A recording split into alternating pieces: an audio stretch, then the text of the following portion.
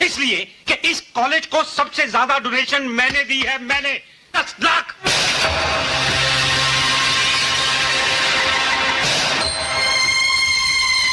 Mister Brijlal Tiwari,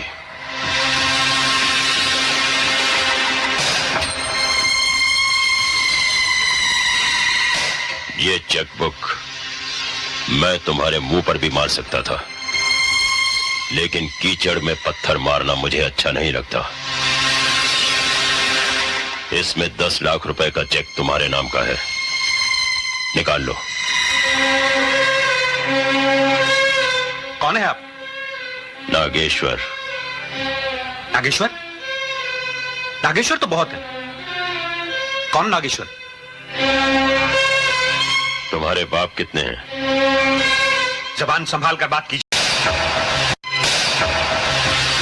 यही बात अभी अभी प्रिंसिपल साहब ने तुमसे कही थी और तुमने जवाब दिया था, अबे चुप, सारे स्टूडेंट्स के सामने जूता खींच कर मारूंगा।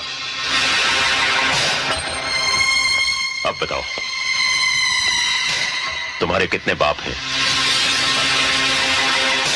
एक।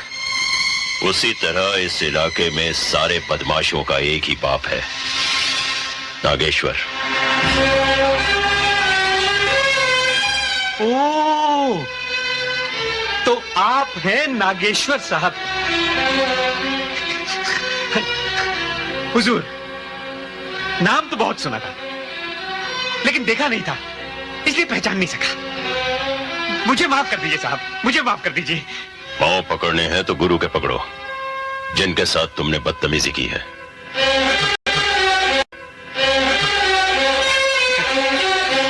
सर मुझे माफ कर दीजिए। तिवारी जी, गलती इंसान से ही होती है। हुजूर, ये आप ले लीजिए, मुझे मेरे पैसे नहीं चाहिए, और जो आप कहेंगे वही होगा। प्रिंसिपल साहब यहीं रहेंगे, इन्हें कोई नहीं हटा सकता। आप ये ले लीजिए। लेकिन तुम्हें इस कॉलेज की हद से बाहर निकालना बहुत जरूरी है। तुम वो तेजाब हो जो मिट्टी को भी जला देता है, उसे बांझ कर देता है, लेकिन मैं इस कॉलेज को बांझ नहीं होने दूंगा। दफा हो जाओ। आपका बहुत बहुत शुक्रिया, आपने इस कॉलेज को मरने से बचा लिया। क्या मतलब है आपका कलेक्टर साहब? चौधरी साहब, ये जोर दिखाकर आप हुकूमत के इरादे नहीं बदल सकते। बात तो साफ है, जमींदारों ने जमींदारी निभा ना पाई, इसलिए सरकार ने एक स्कीम बनाई है जिसके अनुसार जमीन का असली मालिक किसान होगा। यानी हर जमींदार के लिए हद कायम की गई है और आपके लिए सिर्फ 15 एकड़ जमीन रह जाएगी। और मेरी बाकी जमीन? वो तो सरकार ले लेगी और आपके गांव के उन किसानों में बांटेगी जिनके पास कोई जमीन नहीं है। वाह, बाप का राज है क्या? आप समझते हैं इस तरह हिंदुस्तान से गरीबी दूर हो जाएगी? किसानों के घरों में घी के चिराग जलेंगे? घी के चिराग नहीं जलेंगे तो कम से कम गरीब किसान इंसान की तरह जी तो सकेगा, जानवर की तरह नहीं। खेती बाड़ी करना कोई बच्चों का खेल नहीं है कलेक्टर साहब। लाख यत्न करने के बाद कहीं गल्ला बाजार में आता है? इस तरह जमीन के टुकड़े टुकड़े करके आप मुट्ठी भर भी ज्यादा अनाज पैदा नहीं कर पाएंगे।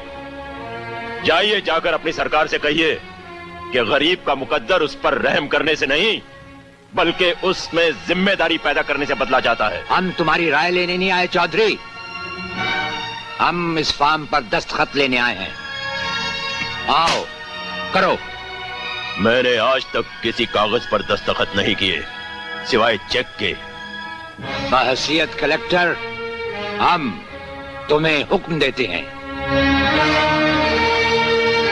मैं तुम्हारे मातहत कोई कारिंदा नहीं हूं जो तुम्हारे हुक्म की तामील करूं। तुम ये सारा इलाका जिसमें तुम सांस लेते हो हमारे मातहत है। आओ दस्तखत करो।